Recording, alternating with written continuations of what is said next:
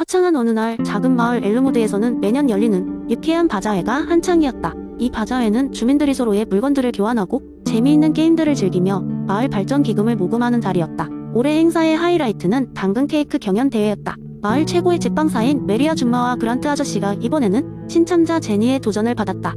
제니는 알고 보니 철학을 전공한 대학원생으로 앤스콤의 의도 이론에 심취해 있었다.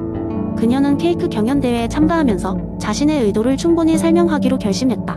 그저 승리를 위해 참가하는 것이 아니라 이 대회를 통해 앤스콤의 이론을 실생활에 적용해보고자 한 것이었다. 그녀에게 당근 케이크는 단순한 디저트 이상이었다. 그것은 의도를 가진 행위의 산물이자 그녀의 철학적 탐구의 일환이었다. 경연 대회 당일, 제니는 시장에서 신선한 당근을 사는데 시간을 좀 과하게 썼다. 그녀는 어떻게 이 과정을 단순히 케이크를 만들기 위해라고 설명할 수 있을 거라는 생각에 볼모라며 당근의 품질을 여러 번 건드려 보았다. 그 모습을 본 메리 아줌마는 고개를 가로저으며 케이크 만들 시간이 없어. 시간을 낭비하지 말라. 고 농담을 던졌다. 하지만 제니의 머릿속에는 이미 복잡한 의도의 분석이 떠오르고 있었다. 그녀의 의도는 단순히 신선한 재료로 케이크를 만드는 것이 아니라 케이크를 통해 자신의 철학적 이론을 증명해 보이는 것이었다. 드디어 경연이 시작되고 참가자들은 저마다의 특별한 당근 케이크를 선보였다. 심사위원들의 평가가 이어지고 드디어 제니의 차례가 되었다. 그녀는 자신의 케이크가 단순한 맛의 향연을 넘어 앤스콤의 이론을 실천적으로 보여주기를 바랐다. 심사위원이 맛을 보는 순간 제니는 당당히 자신의 의도를 설명했다. 이 당근 케이크는 단순한 디저트가 아닙니다. 이는 제 의도의 표현입니다. 이 케이크의 존재와 맛 그 자체가 목적이자 수단입니다. 여러분께 제가 앤스콤의 이론적 여정을 맛보여드리겠습니다. 심사위원들의 반응은 제각각이었다. 몇몇은 고개를 갸웃거렸지만 철학을 좋아하는 심사위원 한 명이 혀를 내두르며 깊은 인상을 받은 듯 말했다. 정말 신선한 접근입니다. 맛으로 철학의 중요한 원리를 이해하게 될 줄이야. 결과적으로 제니는 그날 경연에서 우승을 차지했다. 그녀의 설명은 단순히 맛 이상의 무언가를 심사위원들에게 전달했고 이는 단순한 케이크 경연을 넘어서 그녀의 철학적 실험을 완성하는 순간이었다. 제니는 자신이 항상 강조하던 의도의 역할을 입증했고 이를 통해 그녀는 앤스콤의 이론에 대한 새로운 대화를 마을 사람들과 나누게 되었다. 그날 바자회가 끝난 후에도 제니의 케이크는 오랫동안 마을 사람들 사이에서 회자되었다. 덕분에 엘르무드에는 의도가 담긴 당근 케이크라는 새로운 전설이 생겨났다. 제니는 앤스콤의 이론을 바탕으로 의도를 통한 변화를 이끌어냈고 마을의 철학적 관심을 한 단계 끌어올렸다.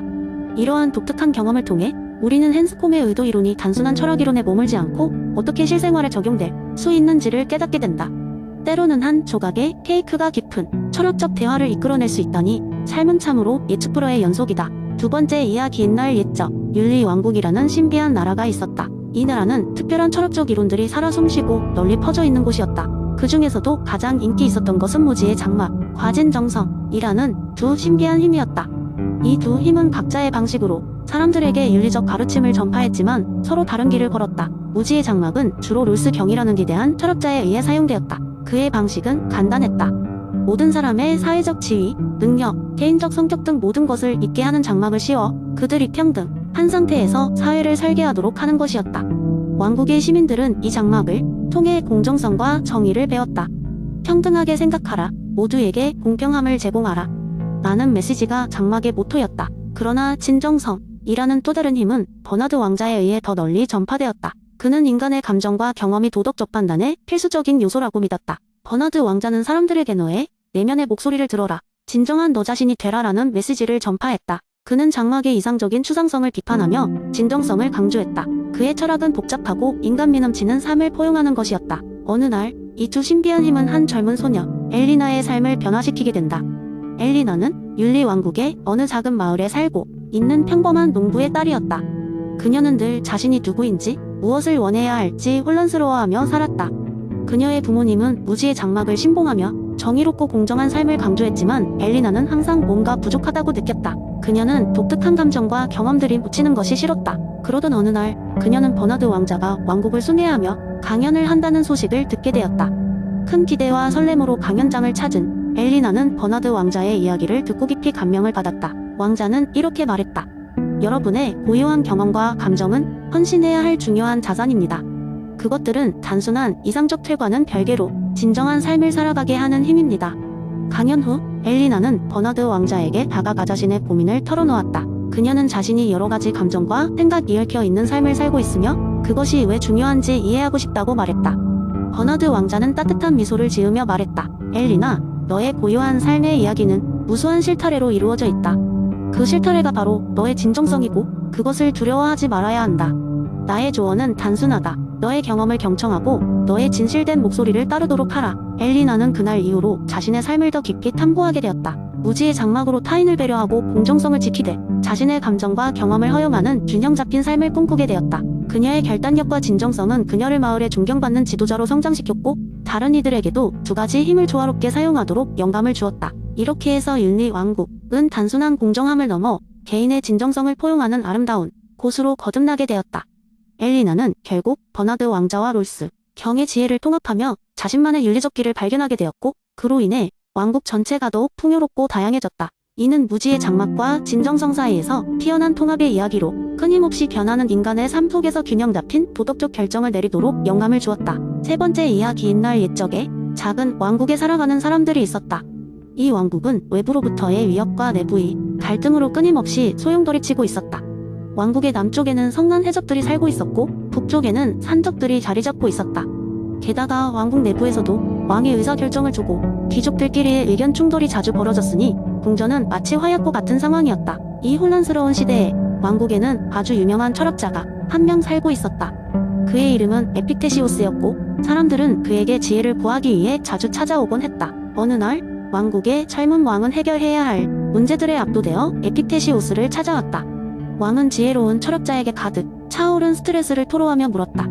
에픽테시오스여, 나는 왕국의 모든 것이 내 손 안에 있다고 생각했으나 해적도 산적도 그리고 귀족 간의 다툼도 도무지 내 뜻대로 되지 않소. 매일매일이 불안과 걱정투성이로 가득한 나는 어떻게 해야만 하오? 에픽테시오스는 잠시 침묵하며 왕을 바라보았다. 그리고 조용히 입을 열어 말했다. 위대한 왕이여, 모든 것을 통제하려는 당신의 마음에서 오는 두려움과 불안은 지극히 인간적인 것이나 평화는 당신의 마음이 어디에 집중하느냐에 달려있사옵니다. 왕은 철학자의 말을 귀담아 듣고 다시 물었다.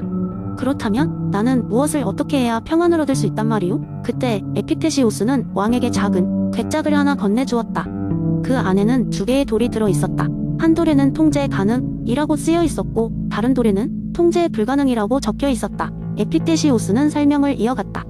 이 2 돌은 당신의 삶을 단순하고도 분명하게 정리해 줄 것입니다.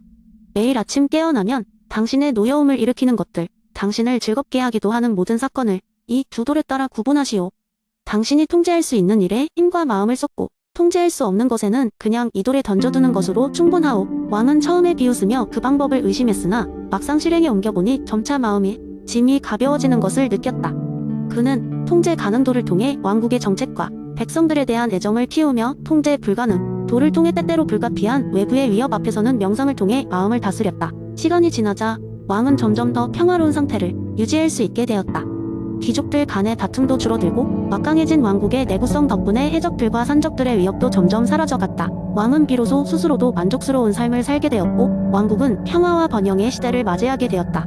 에픽테시오스의 가르침은 왕국 전역에 퍼졌으며 사람들은 2 돌을 이용해 자신의 삶을 더 평화롭고 침착하게 바라보게 되었다고 한다. 그리고 모든 백성들은 매일 밤 쇠락해가는 달빛 아래서 에픽테시오스의 지혜에 감사를 표하며 자신이 통제할 수 있는 것과 통제할 수 없는 것을 한 번 더 곰곰이 생각하며 잠에 들곤 했다. 이렇게 에픽테시오스의 가르침은 사람들의 가슴속에 영원히 살아남아 그들의 삶을 평온하게 만드는 도구로서 자리 잡았던 것이다. 네 번째 이야기. 에피쿠로스의 철학을 현대인들에게 재미있게 전달하기 위해 우리는 그가 만약 오늘날의 바쁜 도시에서 살고 있었다면 어떻게 그의 이론을 적용했을지를 상상해보자. 이야기는 현대 도시 서울의 중심에서 시작된다. 여기에는 대학 강사로 일하며 철학을 가르치는 한 남자가 있다. 그의 이름은 에픽조. 그는 학생들에게 에피쿠로스의 쾌락주의를 가르치면서 삶의 균형과 만족을 찾으려는 열정적인 인물이다. 어느 날 에픽조는 역대급 스트레스를 받는 하루를 보낸다. 오전에 교통체증으로 인해 학교에 지각하게 되고 파워포인트는 작동을 멈추고 그의 학생들은 수업 시간 동안 연신 하품을 한다. 점심 식사를 비워두고 회의에 들어가야 했으며 늦은 오후까지 메시지가 끊이지 않는 핸드폰 때문에 머리가 터질 것만 같다. 저녁이 되어 겨우 일이 끝난 에픽조는 집으로 돌아가던 중 갑작스러운 폭우를 만나게 되고 길가의 작은 카페의 비를 피하기 위해 잠시 쉼터를 찾는다. 카페 안은 다행히 조명도 은은하고 향긋한 커피 냄새로 가득 차 있다. 그는 여기서 에피쿠로스라면 이런 날 어떻게 마음의 평화를 찾을까 생각하게 된다.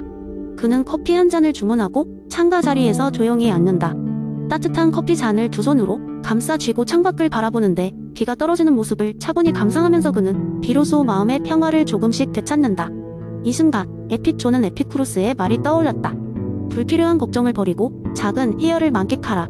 그는 핸드폰을 꺼내 애플리케이션 알림을 끄고 노이즈 캔슬링 이어폰을 꽂아 다음번 재즈 플레이리스트를 켠다. 단순한 음악 소리가 귀에 은은하게 스며들며 번잡스럽던 하루의 모든 일들이 점차 잊혀진다. 그동안 그는 자신이 오늘 하루 동안 얼마나 많은 불필요한 스트레스에 집착했는지를 깨닫는다. 마치 에피쿠로스의 가르침에서처럼 자신의 욕망과 두려움을 통제하지 못해 마음의 고통을 자초했던 것이다. 에픽존은 이어서 카페의 작은 책장을 둘러보다가 오래된 철학책 한 권을 발견한다. 책은 에피쿠로스에 관한 것이었다. 그는 그것을 펼쳐보면서 무심코 지나쳤던 어떤 구절에 눈길이 멈춘다. 참다운 즐거움은 마음의 평화에서 온다. 그는 이 말을 곱씹으며 인간이 얼마나 사소한 것들에 집착하고 그것이 얼마나 우리를 불안과 고통으로 몰아가는지 새삼 깨닫게 된다. 조용히 커피를 마시며 책을 읽는 그 순간 에픽존은 작은 결심을 하게 된다. 앞으로는 삶에서 큰 즐거움보다는 작은 순간순간의 평화를 더 중요하게 여기기로 한 것이다. 그는 카페를 나서면서 오늘의 비오는 날이 오히려 자신에게 귀중한 깨달음을 주었음을 깨닫는다.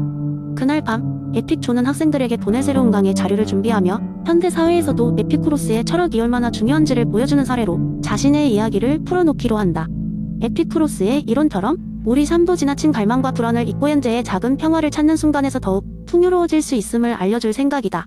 이렇게 에픽존은 에피쿠로스의 가르침을 통해 그의 일상 속에서도 작은 쾌락과 평화를 찾는 법을 계속해서 배워나간다. 이는 그의 강의를 듣는 학생들에게도 그리고 그의 삶 속에서도 중요한 메시지가 되었다.